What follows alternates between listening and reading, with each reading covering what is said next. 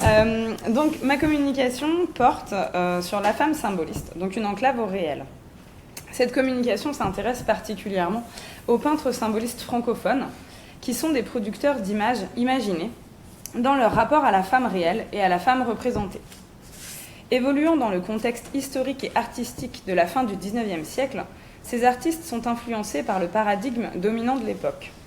Donc la paternité du concept de paradigme revient à l'historien des sciences et épistémologue Thomas Kuhn, lequel propose de considérer que chaque époque de l'histoire produit, par ses pratiques sociales, par son langage, par son expérience du monde, une structure imaginaire qu'il nomme paradigme, structure qui s'impose à tous les domaines de la pensée durant cette époque. Un paradigme est une certaine vision du monde qui sert de cadre de référence, de modèle fédérateur de pensée. Edgar Morin qualifie le paradigme de zone invisible, définie par la promotion-sélection des concepts maîtres de l'intelligibilité. Le niveau paradigmatique est celui du principe de sélection des idées, intégrées ou rejetées dans les discours et les théories. 3 niveaux sont déterminants dans l'imprinting auquel sont soumis les peintres symbolistes du corpus étudié. Donc, les paradigmes, les doctrines et les stéréotypes, la représentation de la femme relevant des stéréotypes dans le paradigme de l'époque.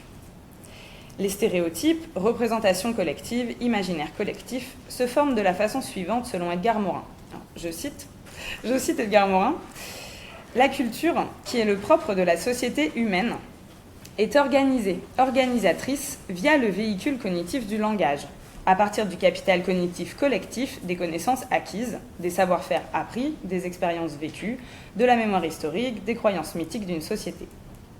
Ainsi se manifeste représentation collective, conscience collective, imaginaire collectif. Si la culture contient en elle un savoir collectif accumulé en mémoire sociale, si elle porte en elle des principes, modèles, schèmes de connaissances, si elle génère une vision du monde, si le langage et le mythe sont parties constitutives de la culture, alors la culture ne comporte pas seulement une dimension cognitive. C'est une machine cognitive dont la praxis est cognitive. » Fin de citation.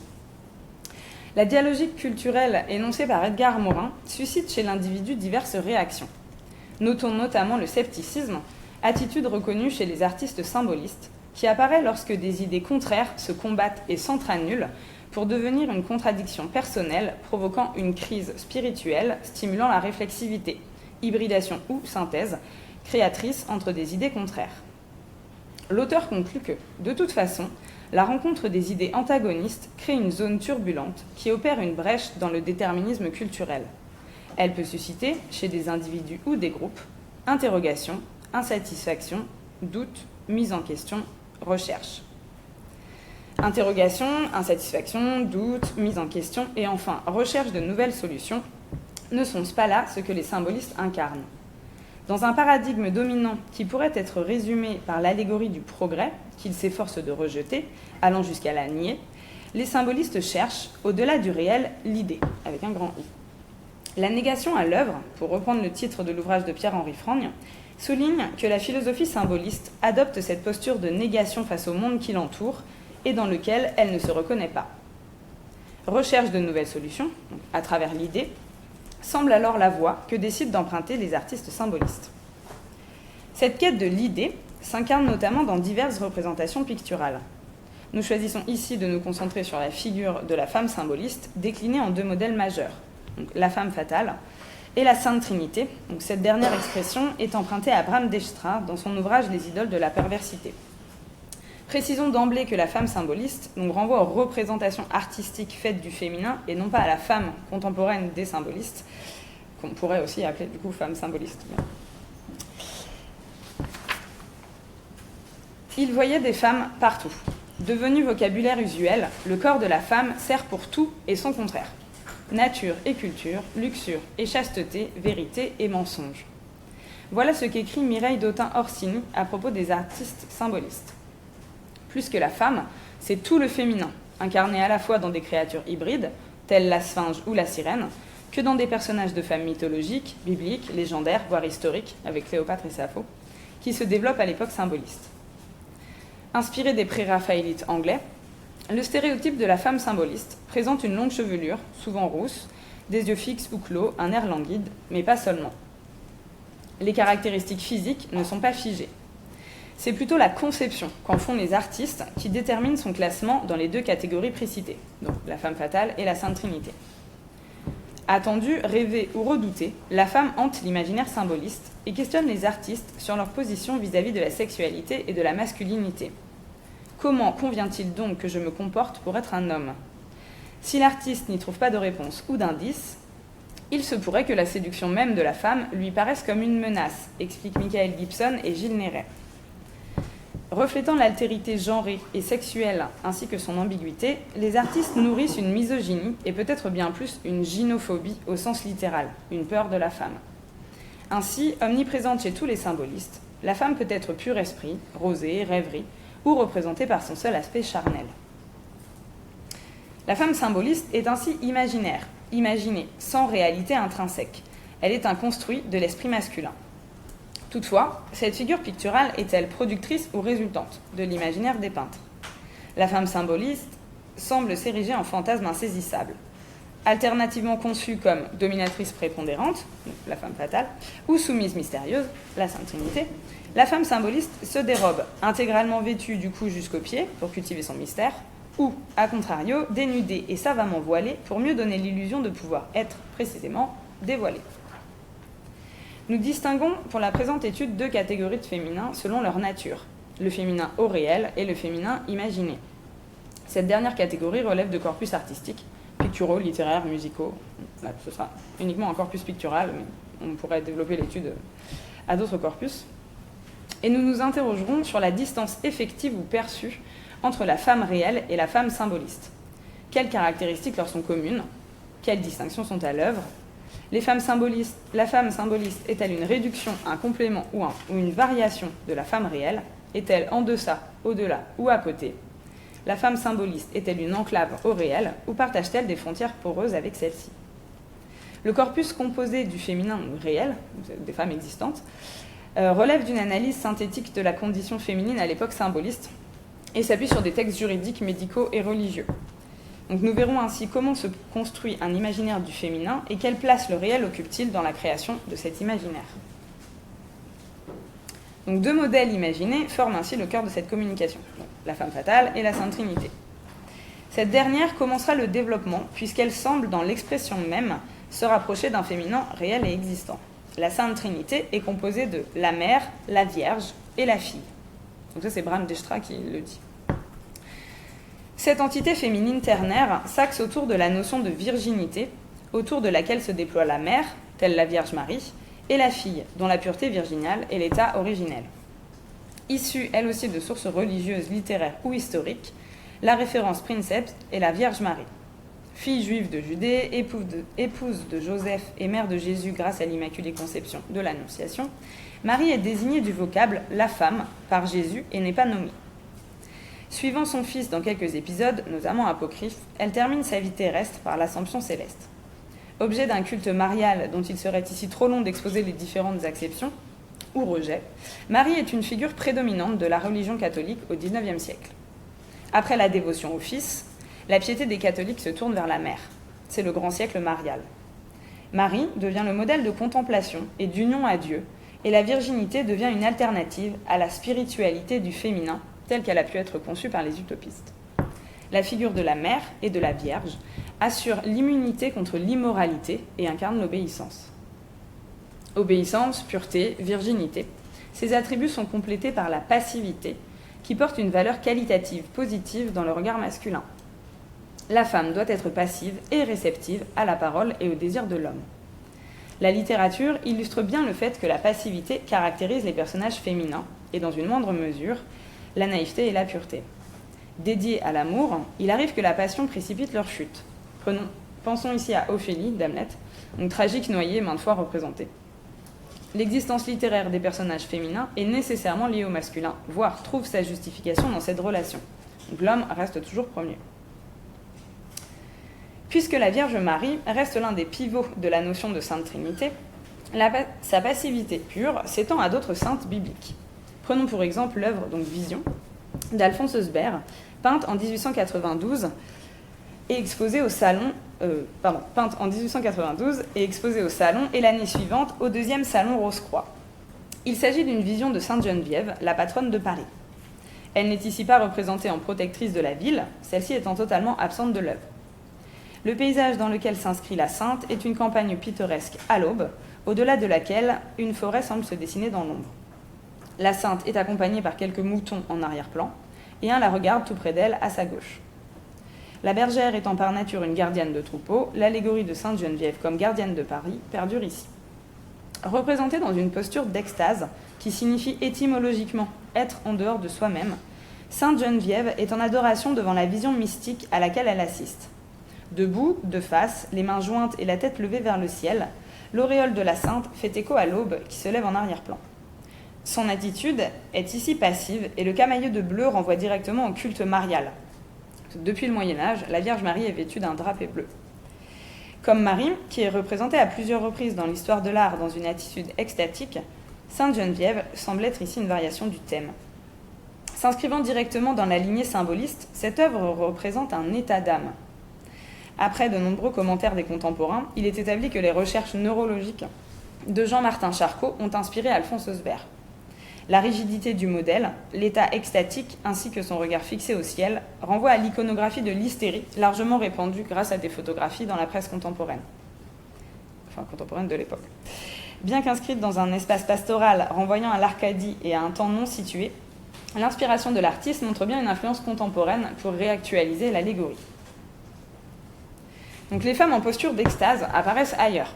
La vision après le sermon, ou la lutte de Jacob avec l'ange, de Paul Gauguin, daté de 1888, montre des Bretonnes en prière, après un sermon prononcé par le prêtre, qui est visible dans le coin inférieur droit de la toile.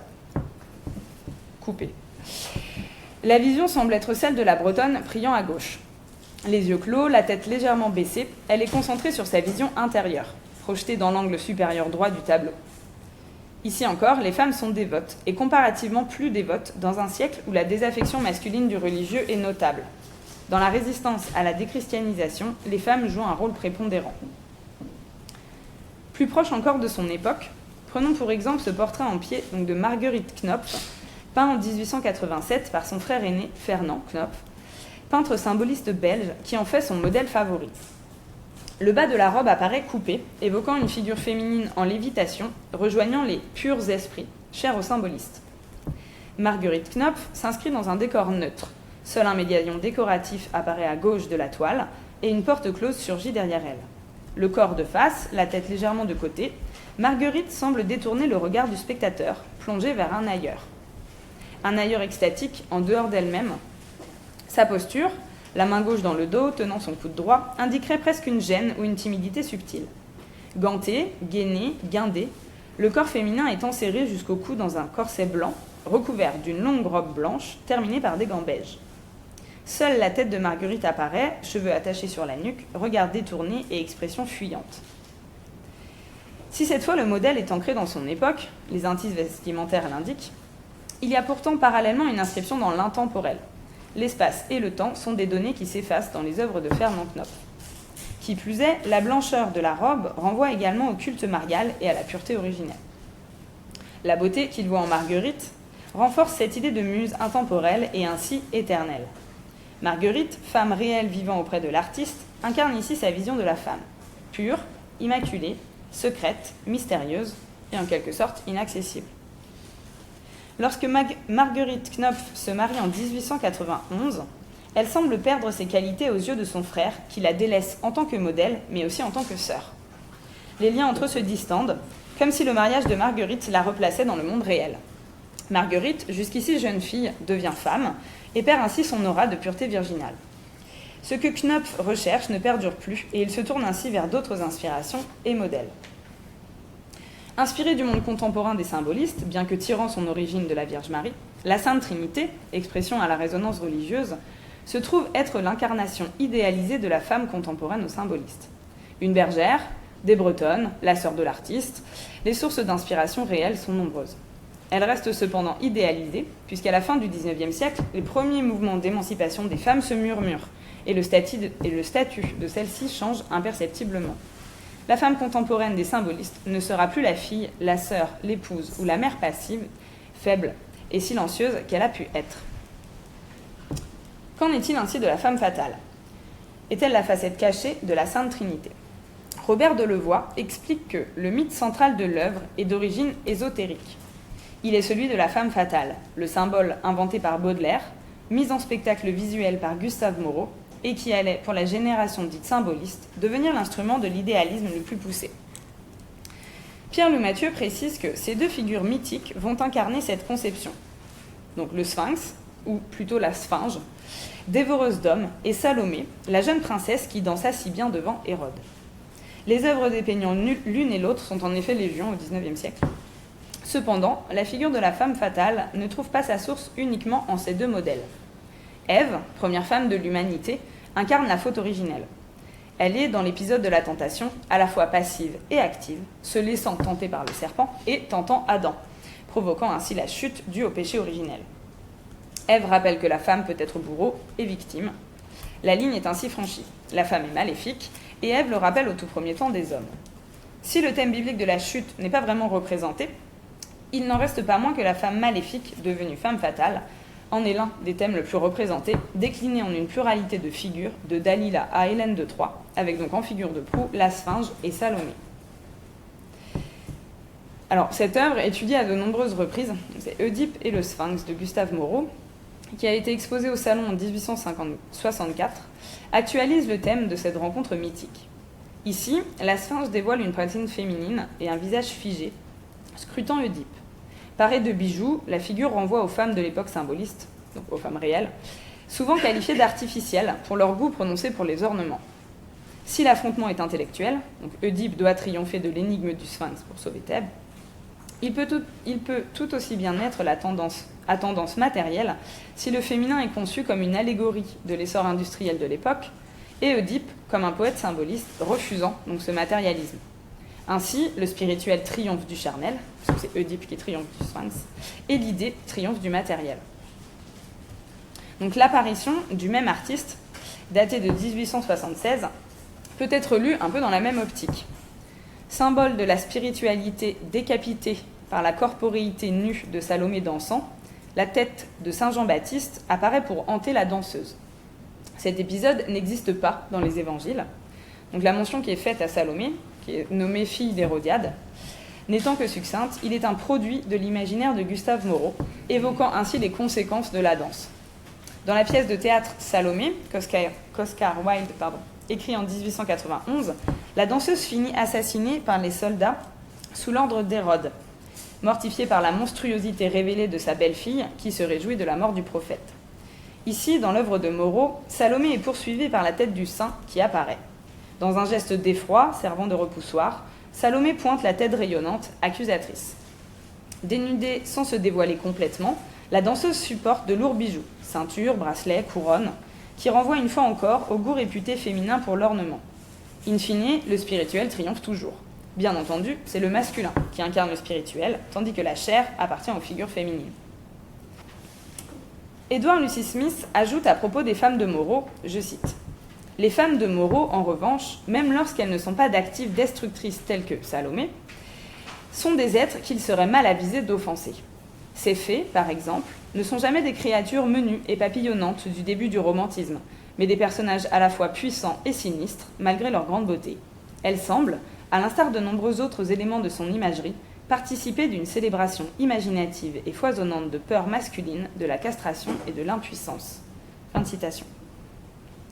Dans la société de la fin du XIXe siècle, quelle femme existante menace le plus les hommes d'impuissance que la prostituée? Détentrice d'une sexualité déviante et maladive, c'est ce qu'on en dit à l'époque, rapprochée de l'hystérie pathologique, la prostituée est porteuse de maladies vénériennes, comme la syphilis. Entre la prostituée et la criminelle, il n'y a qu'un pas, franchi par Cesare Lombroso et Guglielmo Ferrero dans l'ouvrage « La femme criminelle et la prostituée », publié en 1895 et traduit en français l'année suivante. Soumise aux études anthropologiques, anthropométriques et criminologiques, il est établi que la prostituée posséderait des anomalies physiques menant à la dégénérescence, révélatrices de vices et des comportements jugés déviants et qui seraient, qui plus est, héréditaires. Il est ainsi inconcevable que la prostituée se marie et engendre. Il est d'ailleurs constaté que la prostituée est touchée par la stérilité, interprétée comme un signe de dégénérescence. Les figures féminines religieuses, littéraires ou historiques, qui sont donc les sources d'inspiration pour la femme fatale, connaissent elles aussi une maternité malheureuse, signe toujours d'une dégénérescence. Elles peuvent être mères de monstres ou d'enfants morts-nés, telle Lilith, ou coupables d'infanticide, telle Médée. La femme fatale peut ainsi être approchée de la femme criminelle et de la prostituée, de par sa sexualité active. C'est une séductrice et une tentatrice, et par sa fatalité dirigée vers un autrui, le plus souvent masculin. Puisqu'enrayer la prostitution semble un objectif utopique, celle-ci est contrôlée sévèrement, du moins dans les maisons de tolérance réglementées bénéficiant d'un suivi médical. Donc la prostituée, l'hystérique, l'enfant, le fou, le sauvage, en fait, tous ces qualificatifs sont donnés à la femme fatale et sont assimilés du coup à des figures imaginées. Dalila, donc Hélène de Troie, Cléopâtre, Médée, Salomé, la Sphinge, etc. Fatalité, beauté, sexualité, quête de pouvoir sur les hommes, bien entendu, s'entremêlent pour caractériser une figure symboliste au succès retentissant. Donc pour conclure, la problématique interrogeait la distance effective ou perçue entre la femme réelle et la femme symboliste. Apparue dans un contexte socio-historique spécifique déterminé par un paradigme dominant lié au progrès, les deux figures de la femme fatale et de la Sainte Trinité sont issues de l'imaginaire masculin symboliste. Cependant, cet imaginaire masculin est la résultante d'un imaginaire collectif formé de plusieurs facteurs contextuels, notamment historiques et politiques, qui contribuent au développement d'un climat pessimiste. Notons pour exemple l'espoir déçu d'une démocratie accrue lors de la Révolution de 1848 ou la défaite de la guerre franco-prussienne en 1870. Les idées et théories sur l'évolution de l'espèce humaine, interprétées comme dégénérescence annoncée, et les progrès scientifiques et techniques de la révolution industrielle, dont ils craignent que la primauté soit accordée au matériel, au rationnel, aux dépens de l'imaginaire et de l'idéal, participent par ailleurs à ce pessimisme ambiant auquel adhèrent les symbolistes. Pour affronter ces pessimismes dominants, les artistes symbolistes développent un idéal, s'appuyant notamment sur le féminin. La Sainte Trinité présente cette facette d'un idéal féminin perdu. Les références aux femmes légendaires, partagées par la Sainte Trinité et la femme fatale, témoignent de l'impossibilité pour les artistes de trouver chez les femmes de leur époque l'idéal tant recherché. Déçus d'une époque ne leur correspondant pas, les artistes symbolistes se tournent ainsi vers des références du passé. Le romantisme, le maniérisme, l'Italie des peintres primitifs, l'exotisme de l'Orient et des territoires éloignés et inexplorés. Les figures féminines d'un autre temps et d'un autre espace peuvent être fantasmées et modelées selon leurs envies ou leurs craintes. Elles sont ainsi révélatrices de la perception que les artistes ont de leur époque et de leur fuite vers l'idéal. Que les hommes usent de cette représentation du féminin n'est guère étonnant, celle-ci étant liée au degré de confiance qu'ils portent à la suprématie masculine. C'est fréquemment lors des périodes de bouleversement d'ordre économique et politique, et c'est le cas à la fin du XIXe siècle, que les femmes revendiquent l'amélioration de leur position sociale. Les hommes cherchant alors, tout aussi fréquemment, à les renvoyer au stade primaire de, je cite, « harpie à l'appétit sexuel insatiable », selon l'expression donc de Jane Billinghurst. Ce qui est inconnu, incompris, est le plus fréquemment rejeté. Les femmes devenues revendicatrices deviennent incompréhensibles. L'insécurité des hommes de la fin du XIXe siècle grandit. Les artistes utilisent alors l'art pour véhiculer ces inquiétudes. Ce regard masculin contribue sans doute à rendre compte de l'émergence de la femme symboliste. Les hommes ayant, dans ce monde en évolution, besoin de maîtrise, ils créent une figure qu'ils peuvent contrôler et se perçoivent ainsi toujours maîtres de la situation. Merci.